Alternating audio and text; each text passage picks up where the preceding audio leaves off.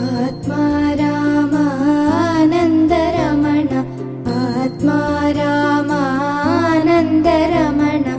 Achyut Keshava Harinarayan Achyut Keshava Harinarayan भवभयहरण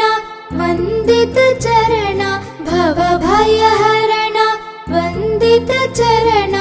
रघुकुलभूषण Rajivlochan रघुकुलभूषण Rajivlochan आदिनारायणानन्दशयनं आदिनारायणानन्दशयनं सच्चिदानन्दं